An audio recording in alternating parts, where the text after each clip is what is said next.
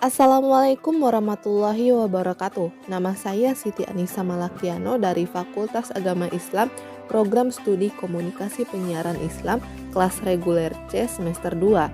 Saya akan mempresentasikan hasil rangkuman saya dari 7 materi untuk memenuhi ulangan tengah semester Ulumul Quran dengan dosen pengampu saya, Dr. Ahmad Alim MA.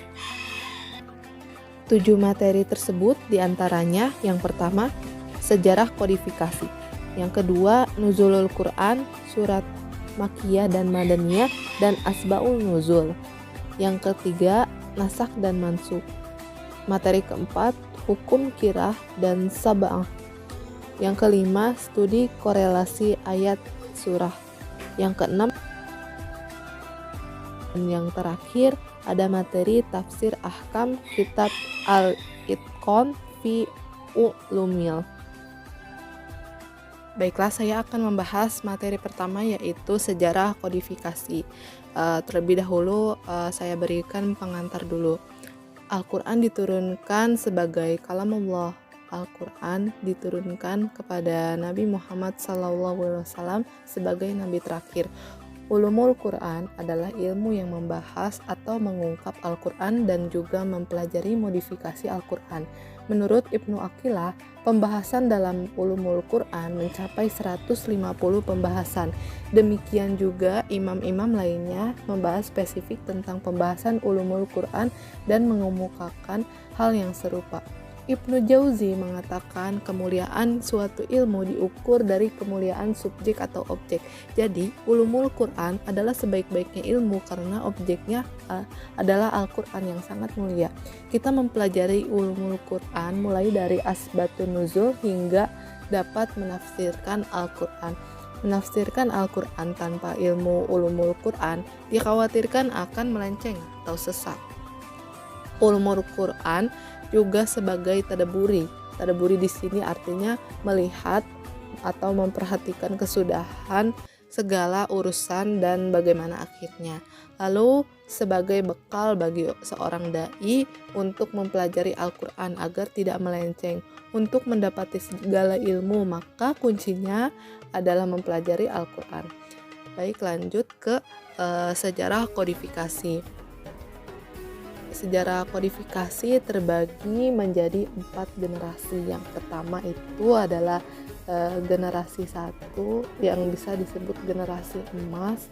Yang kedua ada generasi Khulafaur Rasyidin. Yang kedua ada generasi pembukuan. Dan yang terakhir adalah generasi modern atau generasi yang kita hadapkan sampai saat ini.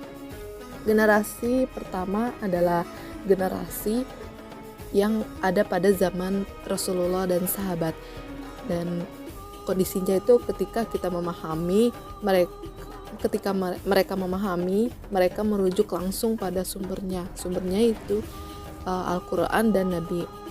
Al-Quran diturunkan dengan bahasa Arab, ketika dibacakan mereka paham. Nabi memfokuskan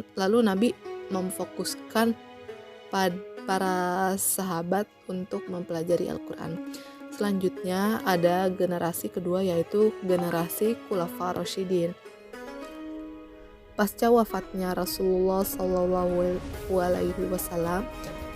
Islam menyebar luas ke seluruh dunia, bahkan hingga negara non-Arab. Hal ini menyebabkan terjadinya penyinggungan budaya. Lalu selanjutnya generasi ketiga, generasi pembukuan.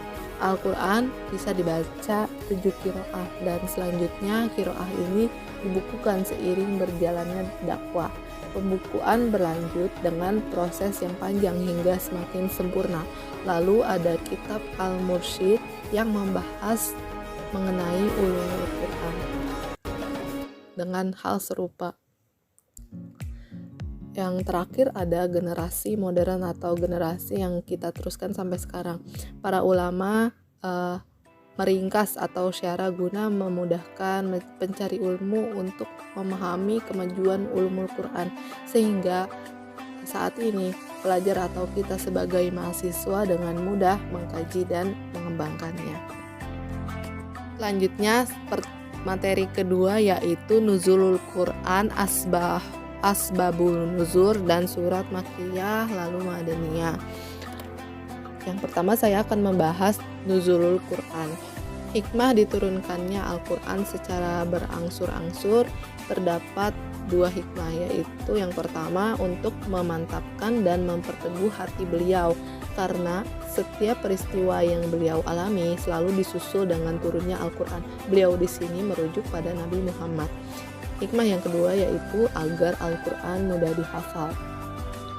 Menurut Muhammad Bakir Hakim, terdapat beberapa tanda bukti kebesaran Al-Quran yang dapat kita ketahui melalui proses turunnya secara bertahap, yaitu selama perjalanan dakwah Rasulullah selama 20 tahun lebih lamanya telah terjadi perubahan-perubahan yang mendasar melalui proses yang cukup berat dan cobaan yang sangat dahsyat.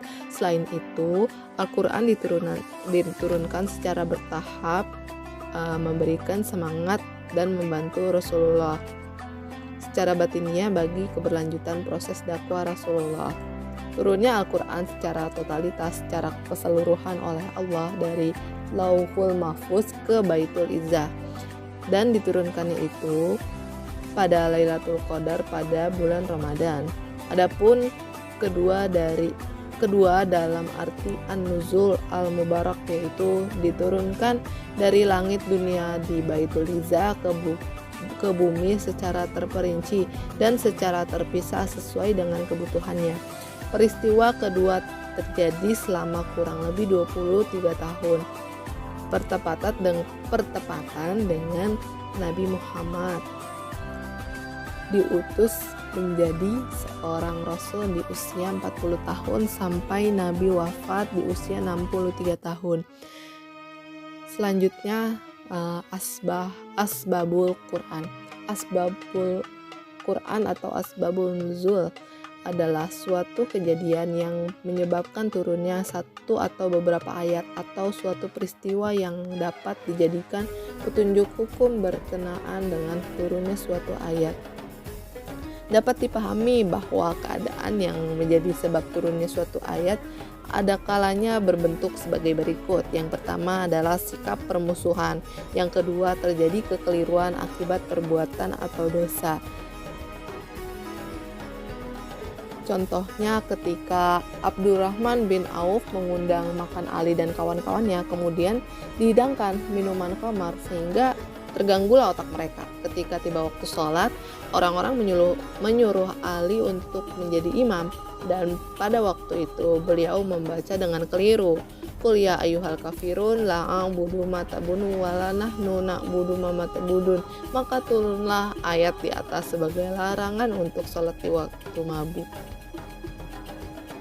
Ketika dalam melakukan pencarian dan penelitian terhadap riwayat asbabun nuzul suatu ayat, kita terkadang akan diperhadapkan pada beberapa riwayat yang beragam, baik dari aspek kualitas, sanad, dan matan. Tidak semua riwayat asbabul nuzul itu sanadnya sama sampai dari Nabi Muhammad dan sahih, melainkan juga mursal dan dhaif sehingga bila menjumpai hal yang demikian, maka terdapat langkah-langkah penyelesaian yang dapat kita tempuh menyangkut perbedaan riwayat yang beragam tersebut, yaitu yang pertama, apabila terdiri dari riwayat yang tegas dan tidak tegas, maka yang diambil adalah riwayat yang tegas. Yang kedua, apabila terdiri dari riwayat yang sahih dan dhaif, maka riwayat sahih yang dipilih. Yang ketiga, apabila terdiri dari riwayat yang sama-sama kualitasnya kesahihannya, maka harus dilakukan penelitian lebih lanjut. Yang keempat, apabila terdiri dari riwayat yang sama-sama kualitas kesahihannya dan memiliki jarak waktu berdekatan, maka para musafir menyatakan bahwa keduanya adalah sebab turunnya ayat itu, karena keduanya kemungkinan untuk dikompromikan. Yang ketiga, saya akan membahas tentang surat Makkiyah dan Madaniyah. Al-Quran diturunkan berangsur selama 23 tahun. Para ulama membagi masa diturunkannya Al-Quran menjadi dua periode, yaitu Mekah dan Madinah. Periode Mekah terjadi selama 13 tahun, masa kenabian Rasulullah. Surat-surat yang turun pada dalam waktu 13 tahun awal dimulai ketika Nabi Muhammad menerima wahyu pertama di Gua Hira, sedangkan periode Madaniyah dimulai selama 10 tahun. Selain itu, meskipun disebut sebagai surat Makkiyah, tidak semua ayat pada surat tersebut turun di kota Makkah. Ada juga yang turun sewaktu Nabi berpergian keluar Makkah. Namun, ketika masih dalam periode Makkah atau sebelum hijrah, surah itu tetap dikenal dengan surah Makkiyah. Mengetahui perbedaan antara surah-surah Makkiyah dan Madaniyah sangat penting bagi orang yang mempelajari Al-Quran dan ilmu tafsir. Berikut ada ciri-ciri surat Makkiyah dan ciri-ciri surat Madaniyah. Yang pertama, ciri-ciri surat Makkiyah yaitu surah Makkiyah didominasikan oleh ayat-ayat pendek. Yang kedua, didominasikan di dalamnya membahas mengenai masalah akidah. Yang ketiga, setiap surat yang mengandung kisah-kisah Nabi dan umat terdahulu kecuali kisah Nabi Adam dan Iblis yang disebutkan dalam surat Al-Baqarah yaitu surat Makkiyah. Yang kedua adalah ciri-ciri surat Madaniyah. Yang pertama, ciri-ciri surat Madaniyah itu yang pertama terdapat kalimat orang-orang beriman pada ayat-ayatnya, yang artinya orang-orang beriman. Yang kedua, terdapat hukum-hukum faraid, hudud, kisah, dan jihad di dalamnya. Yang ketiga, ayatnya yang banyak menyebut kalimat orang-orang munafik kecuali surat Al-Ankabut. Yang keempat, membuat bantahan terhadap ahli Alkitab atau Yahudi dan Nasrani. Yang kelima, membuat hukum syara' seperti ibadah, muamalah, al-ahwal, dan al-syaksiyah. Selanjutnya ada ciri ayatnya itu panjang-panjang. Selanjutnya, suratnya berisi ayat-ayat yang panjang. Lalu berbicara mengenai kedudukan dan ancaman bagi orang-orang munafik. Lalu ada ciri lain ya, banyak menyebutkan tentang jihad serta pemberian izin berperang dan hukum-hukumnya.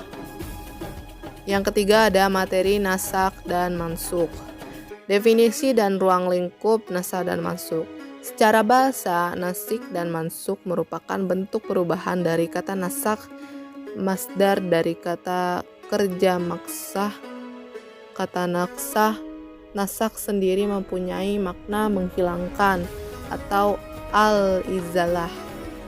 Al-izalah berarti menghilangkan atau menghapus. Secara istilah, nasikh adalah mengangkat atau menghapuskan dalil hukum syar'i yang lain. Nasakh dan mansukh menghapus syar'i dengan hukum Allah, menggantikan dengan yang lebih baik atau sepadan. Menurut nasakh dan mansukh menggunakan metode yang pertama, adanya riwayat yang sahih. Yang kedua, ijma'ul umat. Yang ketiga, mengetahui sejarah hukum, mana ayat yang terdahulu dan mana ayat yang baru turun. Yang keempat ada ma'rifatul al-mutaqadir. Lalu ada macam-macam nasakh dan mansukh. Yang pertama ada sunnah dengan sunnah, sunnah dengan Al-Quran, dan Al-Quran dengan Al-Quran. Sunnah dengan sunnah itu contohnya hukum syara larangan ziarah kubur yang kini telah mansukh dengan kebolehan berziarah di kubur. Yang sebelumnya ziarah kubur itu dilarang jadi dibolehkan. Yang kedua ada sunnah dengan Al-Quran. Contohnya suatu hukum yang telah ditetapkan dengan dalil sunnah kemudian dinas atau dihapus dengan dalil Al-Quran, seperti ayat yang mengenai salat yang semula menghadap Baitul Maqdis diganti dengan menghadap ke kiblat setelah turunnya surat Al-Baqarah ayat 144. Yang ketiga ada macam Al-Quran dengan Al-Quran. Al-Quran surat Al-Anfal ayat 65 yang menjelaskan satu orang muslim harus bisa menghadapi 10 orang kafir, dinas dengan ayat 66 yang menjelaskan bahwa satu orang muslim harus menghadapi dua orang kafir. Tapi di sini bukan berarti dihapuskan, melainkan disesuaikan sesuai kondisi. Selanjutnya ada hikmah nasak dan mansuk. Yang pertama, untuk menunjukkan bahwa syariat agama Islam adalah syariat yang paling sempurna. Yang kedua, selalu menjaga kemaslahatan hamba agar kebutuhan mereka senantiasa terpelihara dalam semua keadaan dan di sepanjang zaman. Yang ketiga, untuk menjaga perkembangan hukum Islam selalu relevan dengan semua situasi dan kondisi umat, dari yang sederhana sampai tingkat sempurna. Yang keempat, ada pembahasan mengenai qiraah sab'ah. Di dalam periwayatan Al-Quran terdapat perbedaan di dalam qiraat tata cara membaca Al-Quran. Perbedaan itu bersumber dari talaki, di mana para sahabat belajar qiraah dari Rasulullah. Pada zaman Umar bin Khattab, Umar dan sahabat Hisham, ketika terjadi perdebatan di antara keduanya tentang cara membaca Al-Quran karena terdapat perbedaan, Hisham dan Umar menghadap Nabi. Kemudian Nabi membenarkan bacaan keduanya karena keduanya dinukil dari Nabi. Salah satu syarat mutlak dalam pembukuan mushaf Al-Quran, Abu Bakar mengisyaratkan bahwa orang yang datang membawa riwayat harus benar-benar talaki atau mendengar langsung dari Nabi Muhammad SAW. Makanya talaki sanad di dalam qiraah menjadi sangat mutlak, sah atau tidaknya suatu qiraah. Kemudian terjadi lagi di zaman Utsman bahwa ketika itu datang kepada Utsman, yaitu Hudzaifah bin Yaman. Ketika umat Islam dan negara yang di bawah taklukan Islam itu sudah menyebar luas, seperti menyebar luas ke Armenia, Azerbaijan, sudah di bawah kekuasaan Utsmani. Nah, ternyata di daerah-daerah baru yang dibuka oleh kekuasaan Khalifah Utsman, dijumpai di sana penduduknya itu membaca Al-Quran itu bermacam-macam atau variatif. Maka melihat kondisi seperti ini, Hudzaifah bin Yaman segera menghadap ke Utsman dan mengatakan, "Ya Amirul Mukminin, hendaklah diselamatkan umat ini. Mereka telah berbeda-beda di dalam masalah bacaan Al-Quran ini." Dan Utsman khawatir, lalu segera bergegas untuk menyatukan Muslim dengan cara dikumpulkan semua riwayat-riwayat menjadi satu mushaf yang dikenal dengan mushaf Utsmani atau mushaf Indo, yang di dalamnya mushaf itu diadopsi seluruh bacaan yang telah diriwayatkan dari Nabi, berjumlah menjadi 7 qiraah, atau juga dikenal dengan qiraah 10 sebagai penyempurna. Itu semua diwadahi dalam mushaf Utsmani. Jadi disinilah bahwa syarat pokok atau inti yang kedua ketika menghukumi suatu qiraah, bacaan Al-Quran itu sah atau tidak sah, benar atau salah, maka qiraah tadi itu harus dicocokkan. Yang terakhir adalah harus muwafaqah, sesuai dengan lughatul Arabiyah. Membacanya harus sesuai dengan kaidah bahasa Arab, karena Al-Quran diturunkan oleh Allah Subhanahu wa Ta'ala dengan bahasa Arab. Oleh karena itu dapat disimpulkan bahwa syarat qiraah atau qiraah sab'ah itu bisa diterima dengan sah dengan 3 syarat, yaitu yang pertama talaki. Talaki ini artinya dinukil sanadnya sampai Nabi Muhammad SAW. Yang kedua harus sesuai dengan Rasmul Utsmani atau Mushaf Utsmani. Yang ketiga lughah Arabiyah atau menggunakan bahasa Arab, jadi tidak diganti atau ditranslatekan ke bahasa lain. Yang kelima ada studi korelasi ayat dan surah.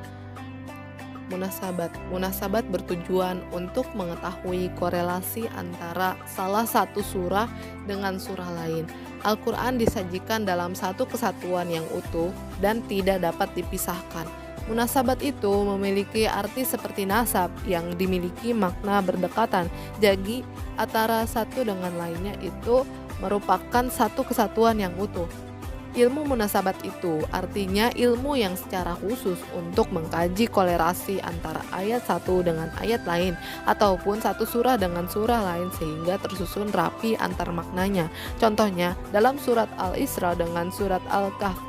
Kedua surat tersebut urutannya berdampingan sehingga pada awal kedua surat tersebut memiliki keterkaitan, yaitu jika dalam surat Al-Isra itu diawali dengan kalimat tasbih, sedangkan dalam surat Al-Kahfi diawali dengan kalimat tahmid. Selanjutnya materi yang keenam terdiri dari nama-nama Al-Quran itu banyak. Nama-nama yang begitu banyak sebutannya dalam Al-Quran menunjukkan kesempurnaannya Al-Quran itu sendiri. Imam As-Suyuti menyebutkan ada 55 nama dinamai dengan Alkitab disebut dalam surat Ad-Dukhan, Hamim wal Kitabil Mubin. Ini menunjukkan bahwa Al-Quran disebut juga Alkitab. Demikian juga Al-Quran dinamakan Al-Quran dalam surat Al-Waqi'ah ayat 77 yang artinya sesungguhnya ia adalah Al-Quran yang mulia. Nama lain dari Al-Quran nama lainnya lagi adalah Kalamullah. Dijelaskan dalam surah At-Taubah ayat 6 disebut Kalamullah. Kalamullah di sini berarti firman dari Allah, dari ucapan Allah. Yang keempat ada nama lain yaitu Nur. Al-Quran disebut Nur artinya cahaya terdapat dalam surat An-Nisa ayat 174 yang artinya yang telah kami turunkan kepada kalian cahaya yang terang dan jelas. Lalu ada Hudan, Furqan, Asyifa, Mauziza, Zikron, Alian, Hikmah, Hakim dengan arti-arti yang telah dituliskan sebagai berikut. Ada Mulaimin, Al-Habi, Sirat, Qayyim, Kaulan, Nabaun Azim, Asnaud Hadis, Tanzil, Ruh, Wahyan atau Wahyu, Arabian, Basoir, Bayan, Ilman atau Ilmu, Al-Haq, Hadian, Ajaban, Tazkiyah, Pulwatul, Wutsqa, Sidqon atau Sidik, Adl atau Adil, Amrullah, Munadi, Bushra, Nazirah, Aziz, Qasus, Mukarramah, Marfu'ah, dan Mutahharah. Materi yang ketujuh yaitu materi tafsir ahkam atau kitab Al-Itqan fi Ulumil. Ayat ahkam adalah ayat yang di dalamnya berbicara mengenai hukum-hukum syar'i yang bersifat amali. Contohnya adalah perintah atau larangan, halal atau haramnya, jual beli, riba, khobar, zina, dan tayamum. Dan menurut istibat para ulama terdapat 500 atau 800 ayat ahkam dalam Al-Quran, yaitu ulama-ulama Asy-Syafi'iyah mengatakan bahwa ada 500 ayat ahkam dalam Al-Quran. Ulama-ulama Malikiyah menyebutkan ayat ahkam dalam Al-Quran terdapat 800 ayat, dan ada juga yang mutakhir seperti As-Sunni mengatakan terdapat 200 ayat ahkam dalam Al-Quran. Ayat ahkam dalam Al-Quran sangatlah penting sehingga para ulama memberikan perhatian khusus terhadap ayat-ayat ahkam. Salah satunya seperti Imam Asy-Syafi'i mengatakan jika orang itu mampu menjumpai atau memahami ilmu tentang hukum-hukum Allah yang terdapat dalam Al-Quran baik secara teks atau konteksnya, kemudian dia diberi taufik oleh Allah untuk bisa menyesuaikan ucapan dan perbuatannya dengan Al-Quran, maka ia telah beruntung.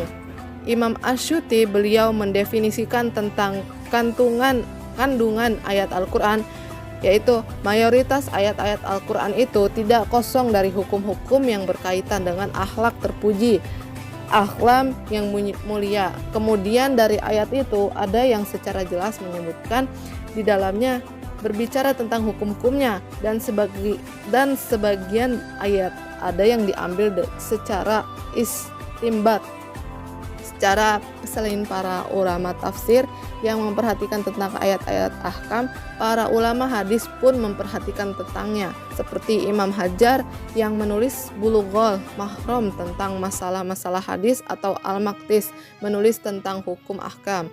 Ulama di kalangan Malikiyah membuat 18 kitab khusus yang membahas tentang mentafsir ayat-ayat ahkam. Ulama di kalangan Syafi'iyah membuat 8 kitab yang rata-rata bukunya berjudul Ahkamul Quran. Demikian presentasi dari saya, kurang lebihnya mohon maaf. Jazakumullah khairan kasiron.